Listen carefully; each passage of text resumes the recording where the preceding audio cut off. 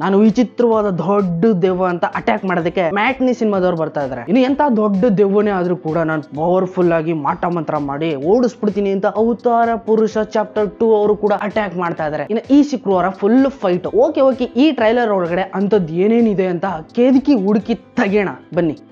Matinee ಸಿನಿಮಾದ ಒಳಗಡೆ ಸತೀಶ್ ನೀನಾಸಂ ಅವರು ಒಂದ್ ರೀತಿ ಡಿಫ್ರೆಂಟ್ ಆಗಿ ಕಾಣಿಸ್ತಾ ಇದಾರಲ್ಲ. ಒಟ್ನಲ್ಲಿ ಟ್ರೈಲರ್ ಅಲ್ಲಿ ಏನ್ ನೋಡಿದ್ರ ಅದೆಲ್ಲ ಫುಲ್ ಫೇಕ್. ಸಿನಿಮಾದಲ್ಲಿ ಬೇರೆನೆ ನೋಡ್ತೀರಾ, ನನಗೆ ಗೊತ್ತು. ಟ್ರೈಲರ್ ಅಲ್ಲಿ ದೆವ್ವ ಇದೆ, ದೆವ್ವ ಬರ್ತಾ ಇದೆ, ಏನೋ ಆಗ್ತಾ ಇದೆ ಅಂತ ಒಂದು ಫೀಲ್ ಕೊಟ್ಟಿದೆಯಲ್ಲ, ಅದೆಲ್ಲ ಸುಳ್ಳು. ನಾವು ಬುಕ್ ಮೈ ಶೋ ಓಪನ್ ಮಾಡ್ಬಿಟ್ಟು ಅದ್ರಲ್ಲಿ ಈ ಸಿನಿಮಾ ಯಾವ ಕ್ಯಾಟಗರಿಗೆ ಸೇರುತ್ತೆ ಅಂತ ಒಂದ್ ಸ್ವಲ್ಪ ಕೆಳಗೆ ಕಣ್ಣಾಡಿಸ್ ನೋಡ್ಸಿದ್ರೆ ಈ ಸಿನಿಮಾ ಕಾಮಿಡಿ ಆಗಿನೇ ಡ್ರಾಮಾ ಅಂತ ತೋರಿಸ್ತಾ ಇದೆ. ಅಂದ್ರೆ ಈ ಸಿನಿಮಾ ಆರ್ ಸಿನಿಮಾ ಅಂತೂ ಅಲ್ವೇ ಅಲ್ಲ. ಹಾಗಿದ್ರೆ ಇಲ್ಲಿ ದೆವ್ವ ಯಾರು ಅಂತ ಕೇಳ್ತಿದಾರಲ್ಲ, ಇದೆಲ್ಲ ರಚಿತಾ ಅವರು ಕ್ರಿಯೇಟ್ ಮಾಡಿರುವಂತ ಡ್ರಾಮಾ ನನಗೆ ಗೊತ್ತಾಗೋಯ್ತು. ಸೊ ಟ್ರೈಲರ್ ಒಳಗಡೆ ಡೀಪ್ ಆಗಿ ಹೋಗೋದಾದ್ರೆ ನೆಮ್ಮದಿಯಾಗಿರೋ ಒಂದು ಮನೆ ಒಳಗಡೆ ಸತೀಶ್ ನೀನಾಸಂ ಹಾಗೇನೆ ಚಿಲ್ ಮಾಡೋ ಅಂತ ಕೆಲವೊಂದಷ್ಟು ಫ್ರೆಂಡ್ಸ್. ಇಲ್ಲಿ ನನಗೆ ಪಕ್ಕ ಕನ್ಫರ್ಮ್ ಆಗ್ತಾ ಇದೆ ಸತೀಶ್ ಹಾಗೇನೆ ಅದಿತಿ ಪ್ರಭುದೇವ್ ಇಬ್ರು ಲವ್ ಮಾಡ್ತಾ ಇದ್ರು ಅಂತ. ಈಗಾಗ್ಲೇ ಮನಾಲಿನಲ್ಲಿ ಇಬ್ರು ಡ್ಯೂಯೇಟ್ ಆಡಿರೋ ಒಂದು ಸಾಂಗ್ ಫೋಟೋ ಪಿಕ್ಕು ನಂಗೆ ಸಿಕ್ಬಿಡಿರೋದ್ರಿಂದ ಕನ್ಫರ್ಮ್ ಆಗೋಯ್ತು ಈ ಸಿನಿಮಾದಲ್ಲಿ ಸತೀಶ್ ಹಾಗೇನೆ ಅದಿತಿ ಇಬ್ರು ಕೆಮಿಸ್ಟ್ರಿ ವರ್ಕರ್ಸ್ ಅಂತ. ಆಗಿದ್ರೆ ರಚಿತಾ ರಾಮ್ಗೆ ಇಲ್ಲಿ ಸತೀಶ್ ಜೊತೆ ಏನ್ ಕೆಲಸ ಅಂತ ಕಂಡುಹಿಡಿಬೇಕು. ಏನೋ ಒಂದು ದೊಡ್ಡ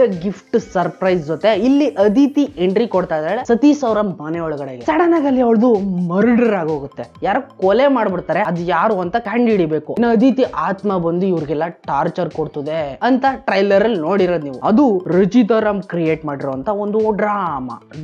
ಇಲ್ಲಿ ರಚಿತಾ ರಾಮ್ಗೂ ಇವ್ರಿಗೂ ಕನೆಕ್ಷನ್ ಏನಿದೆ ಅನ್ನೋದನ್ನ ಟ್ರೈಲರ್ ಅಲ್ಲಿ ಕರೆಕ್ಟ್ ಆಗಿ ತೋರಿಸಿಲ್ಲ. ಸತೀಶ್ ಏನಾದ್ರು ಹೆಲ್ಮೆಟ್ ಹಾಕಳ್ದೆ ಡಬಲ್ ರೈಡಿಂಗ್ ಏನಾದ್ರು ಮಾಡ್ತಿದ್ದಾನ ಅಂತ ಇಲ್ಲ ಅನ್ಸಲ್ಲ. ಇಲ್ಲಿ ರಚಿತಾ ರಾಮ್ ಮೇಲೆ ಫುಲ್ ಫೋಕಸ್ ಹಾಕ್ಬಿಟ್ಟು ನೋಡೋದಾದ್ರೆ ಅವ್ರೊಂಥರ ವಿಚಿತ್ರವಾಗಿ ಕಾಣಿಸ್ತಾ ಇರ್ತಾರೆ, ಏನೋ ಒಂದನ್ನ ಮುಚ್ಚಿಡ್ತಾ ಇರೋ ತರನು ಕೂಡ ಕಾಣಿಸ್ತಾ ಇದ್ದಾಳೆ. ಇನ್ನು ದೆವ್ವ ಅವಾಗ ಬಂದು ಸತೀಶ್ ಆಗಿನ ಸತೀಶ್ ಫ್ರೆಂಡ್ಸ್ ನ ಅವಾಗ ಸ್ವಲ್ಪ ಥಿಂಕರಿಂಗ್ ಪೇಂಟಿಂಗ್ ಮಾಡ್ತಾ ಇರ್ತದೆ. ಜೊತೆಗೆ ಇನ್ನೊಂದಷ್ಟು ದೆವ್ವಗಳನ್ನು ಕೂಡ ನೋಡಬಹುದು. ಪರ್ಟಿಕ್ಯುಲರ್ ಆಗಿ ಒಂದನ್ನ ಮಾತ್ರ ಐಡೆಂಟಿಫೈ ಮಾಡಿದೆ.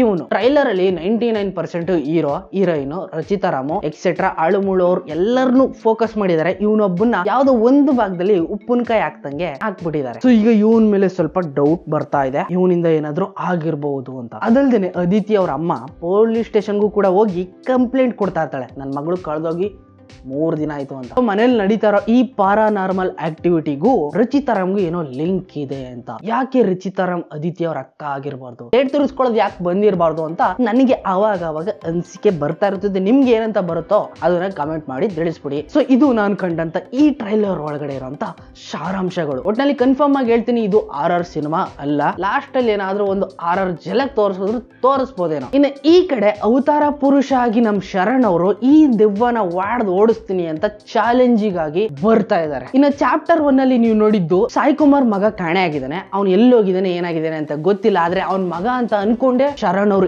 ಎಂಟ್ರಿ ಕೊಟ್ಟಿರ್ತಾರೆ. ಆದ್ರೆ ಅಲ್ಲೊಂದು ಕಂಟಕ, ಇಲ್ಲಿ ಶ್ರೀನಗರ್ ಕಿಟ್ಟಿ ನಾನು ನಿಮ್ಮ ಒರಿಜಿನಲ್ ಮಗ ಅಂತ ಅಟ್ಯಾಕ್ ಮಾಡಿದ್ದಾರೆ ಮನೇನ. ಅದಾದ್ಮೇಲೆ ಏನಾಗುತ್ತೆ ಅನ್ನೋದನ್ನ ಈಗ ಚಾಪ್ಟರ್ 2 ಆಗಿ ತೋರ್ಸೋದಕ್ಕೆ ಇವ್ರುಗಳು ಬರ್ತಾ ಇದಾರೆ. ವೆಲ್ಕಮ್ ಮಾಡೋಣ ಅಂತ ಅಂದ್ರೆ ಎರಡು ಕಡೆನೂ ಕೂಡ ಸ್ವಲ್ಪ ಸ್ಟ್ರಾಂಗ್ ಆಗಿದ್ದಾರೆ. ಓಕೆ, ಒಳಗಡೆ ನುಗ್ಗೋಣ ಬನ್ನಿ. ಇನ್ನು ಚಾಪ್ಟರ್ 1 ಅಲ್ಲಿ ಸ್ವಲ್ಪ ಜಾಸ್ತಿನೇ ಕಾಮಿಡೀಸ್ ನ ನೋಡಿದ್ವಿ. ಈಗ ಸ್ವಲ್ಪ ಪ್ರೊಫೆಷನಲ್ ಆಗಿ ಒಳಗಡೆ ಹೋಗಿದ್ದಾರೆ, ಸ್ವಲ್ಪ ಸೀರಿಯಸ್ ಆಗಿ ಇರೋಣ ಅಂತ. ಫ್ಯಾಮಿಲಿ ಒಳಗಡೆಗೆಲ್ಲ ನುಗ್ಬಿಟ್ಟಿದಾರಲ್ಲ ಮಾಟ ಮಂತ್ರ ಮಾಡೋರು, ಅದಕ್ಕೋಸ್ಕರ ಸ್ವಲ್ಪ ಸೀರಿಯಸ್ ಆಗಿ ಡೀಪ್ ಆಗಿ ಹೋಗೋಣ ಅಂತ ಸುನಿಯಣ್ಣ ಅವರ ಐಡಿಯಾ. ಇನ್ನು ಇಲ್ಲಿ ಮನೆ ಒಳಗೆ ನುಗ್ಗಿರುವಂತ ಶ್ರೀನಗರ್ ಕಿಟ್ಟಿ ಎಲ್ಲರನ್ನು ಕೂಡ ವಶ ಮಾಡ್ಕೊಂಡು ವಿಚಿತ್ರವಾದ ಮಾಟ ಮಂತ್ರ ಮಾಡುವಂತ ಒಂದು ಮನೆಯಾಗಿ ಕನ್ವರ್ಟ್ ಮಾಡ್ಬಿಟ್ಟಿದ್ದಾನೆ ಆಲ್ರೆಡಿ. ಆಲ್ಮೋಸ್ಟ್ ಎಲ್ಲರೂ ಕೂಡ ಒಂದು ಲೆವೆಲ್ಗೆ ಫ್ಲಾಟ್ ಆಗ್ಬಿಟ್ಟಿದ್ದಾರೆ. ಸಾಯಿ ಕುಮಾರ್ ಒಬ್ಬರನ್ನ ಬಿಟ್ಟು ಇದನ್ನ ನೋಡ್ತಾ ಇದ್ರೆ ನನ್ಗೆ ಏನೋ ಸಾರಾಂಶ ಇದೆ ಅಂತ ಅನಿಸ್ತಾ ಇದೆ. ಯಾಕಂದ್ರೆ ಕ್ಯಾಮ್ರಾ ಯಾವಾಗ್ಲೂ ಸಾಯಿ ಕುಮಾರ್ ಅವ್ರ ಮೇಲೆ ಸ್ವಲ್ಪ ಝೂಮ್ ಹಾಕ್ಬಿಟ್ಟು ಒಂಥರ ವಿಚಿತ್ರವಾಗಿ ತೋರಿಸ್ತಾ ಇದ್ದಾರೆ. ಇವ್ರ ಮೇಲೆ ಸ್ವಲ್ಪ ಕಣ್ಣಿಟ್ಟಿರ್ಬೇಕು ನಾವು. ಇಷ್ಟೊಂದೆಲ್ಲ ಕೆಟ್ಟದಾಗ್ತದೆ, ಒಂದು ಒಳ್ಳೇದೇನಾದ್ರೂ ಮಾಡ್ಬೇಕು ಅಂದ್ರೆ ಇನ್ನೊಂದು ಕೆಟ್ಟದಾದ್ರೂ ಪರವಾಗಿಲ್ಲ, ನಾನು ಒಪ್ಕೊಂಡ್ಬಿಡ್ತೀನಿ, ನಾನು ಮಾಡ್ಬಿಡ್ತೀನಿ ಅಂತ